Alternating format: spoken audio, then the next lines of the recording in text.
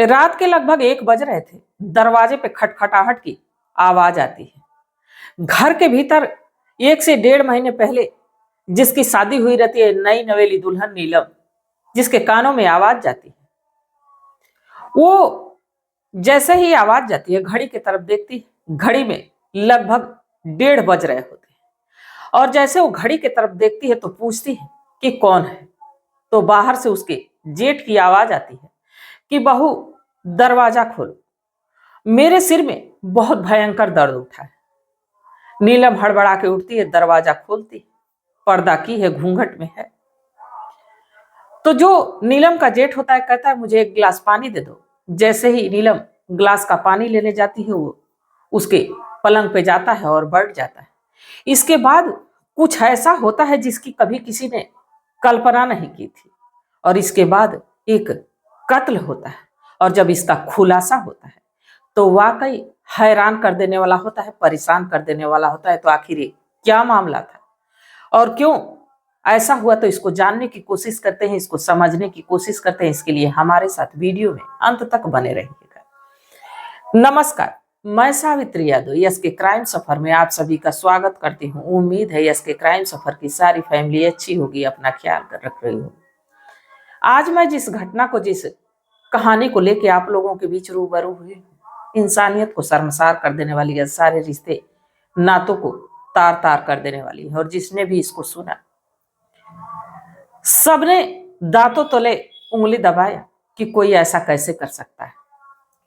दरअसल राजस्थान प्रदेश का एक गांव, वहीं का रहने वाला राजेश, और राजेश का जो कि बड़ा भाई दिनेश, इनके माता पिता, सब कुछ अच्छा चल रहा होता है। जो दिनेश रहता है वो अपने पिता के साथ ज्यादा खेती बाड़ी का ही काम करता, उसका ज्यादा पढ़ाई लिखाई में मन नहीं लगता।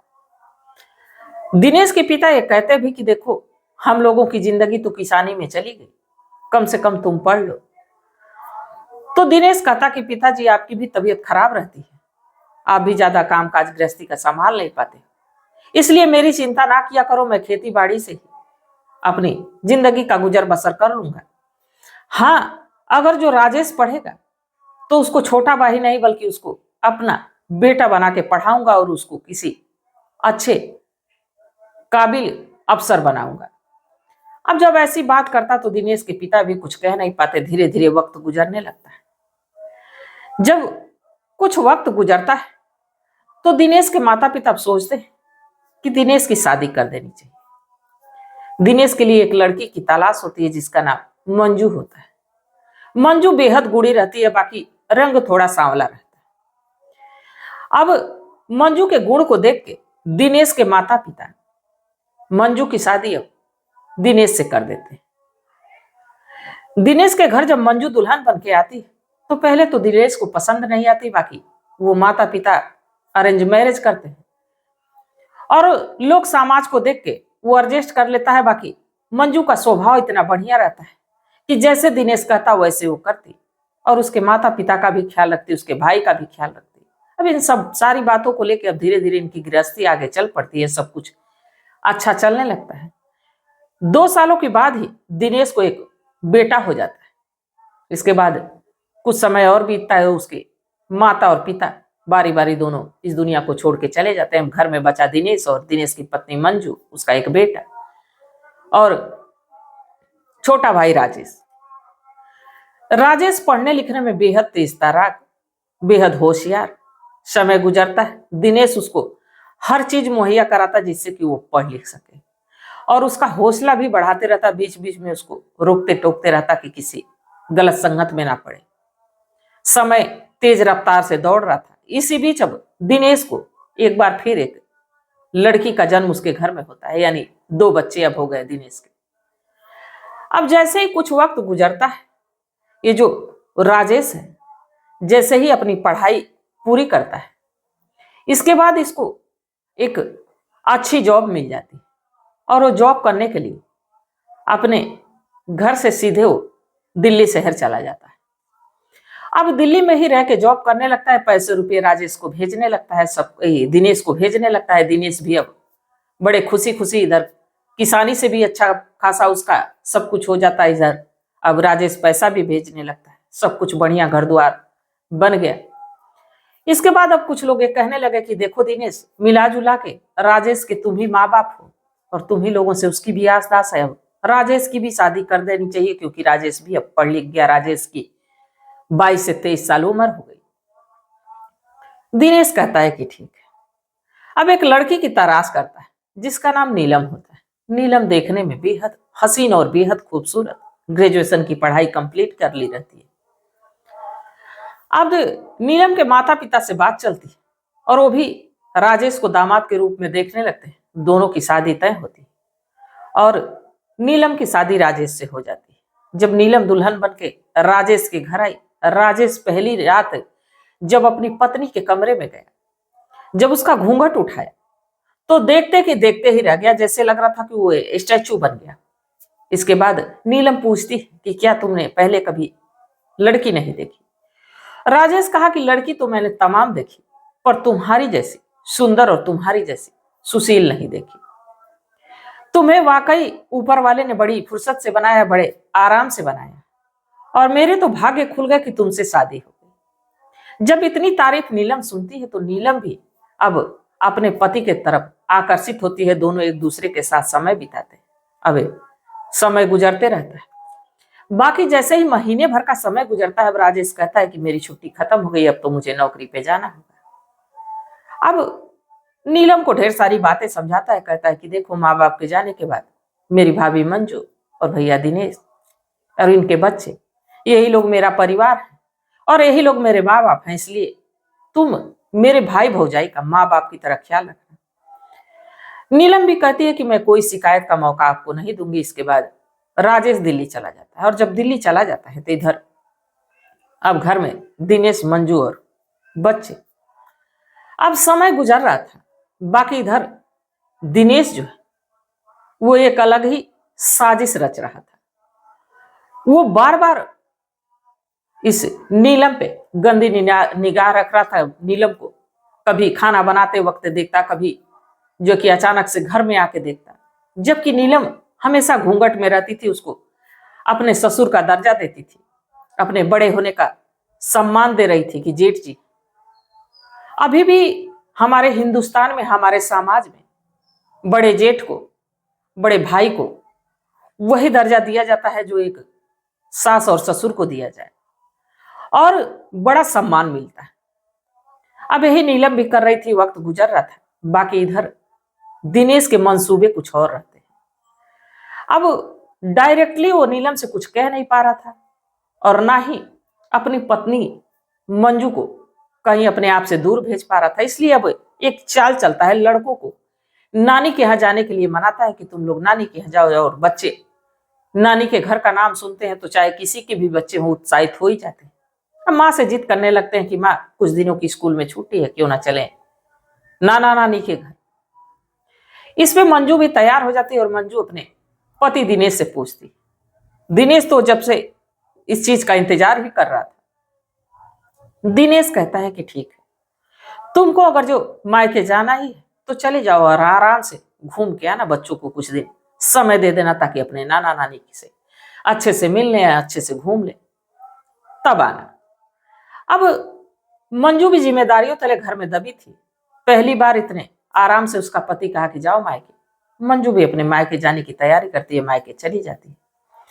इस बीच वो नीलम को सहेज के जाती है कि नीलम, भैया को समय से खाना, समय से पानी, सब कुछ दे देना, और घर की सारी जिम्मेदारी अब तुम्हारे कंधों पे है, मैं कुछ दिनों में आ जाऊंगी। नीलम भी कहती है कि ठीक है भाभी, आप जाओ, मैं कोई परेशानी नहीं होने दूंगी।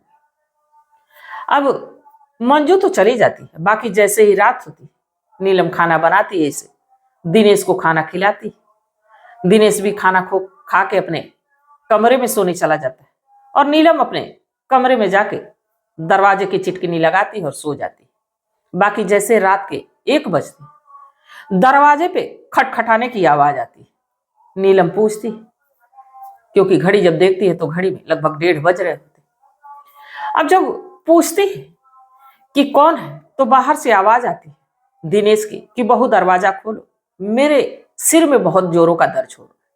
इसके बाद नीलम घूंघट करती और दरवाजा खोलती। खोलने के बाद कहती है भैया मैं मेडिसिन दे देती हूँ। तो कहता है कि नहीं, मेडिसिन मेरे पास है, तुम बस मुझे एक गिलास पानी दे दो।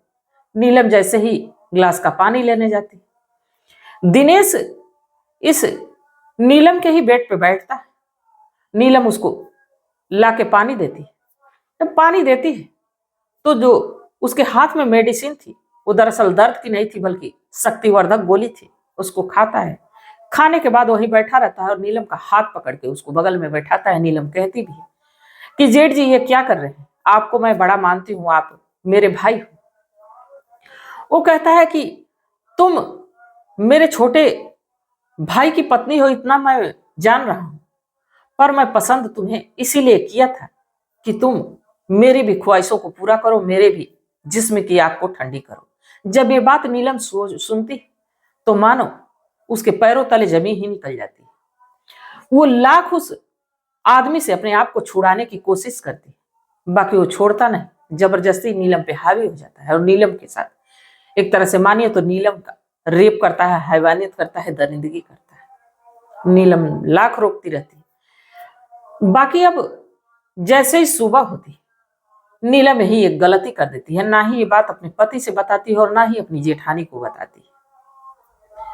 अब इस बात को लोक लाज के डर से, समाज के डर से कि हमारे घर की इज्जत नीलाम हो जाएगी, हमारे घर की इज्जत चली जाएगी, वो किसी से कुछ कहती नहीं है। इसको यहीं दबा देती है कि जाने दो, पहली गलती थी। अब मैं कोशिश करूंगी कि जेठ जी से हमेशा दूर रहूं। अब जैसे ही शाम होती है फिर वही सिलसिला। ये जो दिनेश है नीलम के पास जाता है और नीलम के साथ फिर वही जबरदस्ती करता है। अब लगातार इधर 4 से 5 दिन बीत जाते हैं। नीलम के साथ लगातार वैसे ही करते रहता है। जैसे ही 1 हफ्ते का वक्त गुजरता है, अब इधर नीलम भी इस चीज से उब जाती है। ना ही अपने पति से कह पा रही थी, क्योंकि वो बस उसको ये लग रहा था कि जो आदमी इस हैवान को अपने बाप का दर्जा दे रहा हो, अगर जो इसके बारे में ऐसा सुनता है तो क्या सोचेगा, क्या करेगा। तमाम बातें शायद उसकी भी बुद्धि अब काम नहीं कर रही थी। अब वो कहते हैं कि जेठ जी ऐसा है कि घर में चूहे बहुत ज्यादा हो गए, आप कुछ ऐसी दवा लाओ कि चूहे घर छोड़ के चले जाए। वो जाता है, चूहे मारने की दवा लेके आता है, नीलम को दे देता है। अब नीलम शाम का खाना बनाती है, तब तक उसकी जेठानी भी अपने मायके से लौट के चली जाती है अपने बच्चों को लेके। अब नीलम जितना जेठ को खाना खाना है उतना ही खाना उसको देती है, बाकी वही पॉइजन, वही जहर उस खाने में मिला देती है, वही मेडिसिन उस दवा में जो है कि मिला देती है खाने में। और वो अपने जेठ को बड़े ही तबीयत से परोसती। जेठ भी मुस्कुरा मुस्कुरा खाता है और ये सोचता है कि लग रहा है कि नीलम भी मुझसे कन्विंस हो गई है, नीलम भी अब मेरे फेवर में हो गई है। अब जब चाहे तब नीलम के साथ मैं ऐसा कर सकता हूँ और मुझे अब मंजू की भी डर नहीं। खाना खाता है और खा के जैसे ही वो सोने के लिए जाता है, उसके शरीर में बेचैनी बढ़ती है, हलचल मचती है और जब छटपटाने लगता है तो जो मंजू है नीलम से कहते हैं, नीलम जल्दी डॉक्टर को फोन करो, डॉक्टर आए, तुम्हारे भैया को पता नहीं क्यों इतनी बेचैनी हो रही है, इतनी घबराहट हो रही है। नीलम कहती है ऐसा है दीदी कि इसे मरने दो, ये इसी लायक है। इस पे मंजू कहती है कि तुम ऐसी कैसे कह सकती हो, ऐसी बात कैसे कर सकती हो, तुम्हारे जेठ हैं और तुम लोगों की सारी जिम्मेदारी इन्होंने ही निभाई।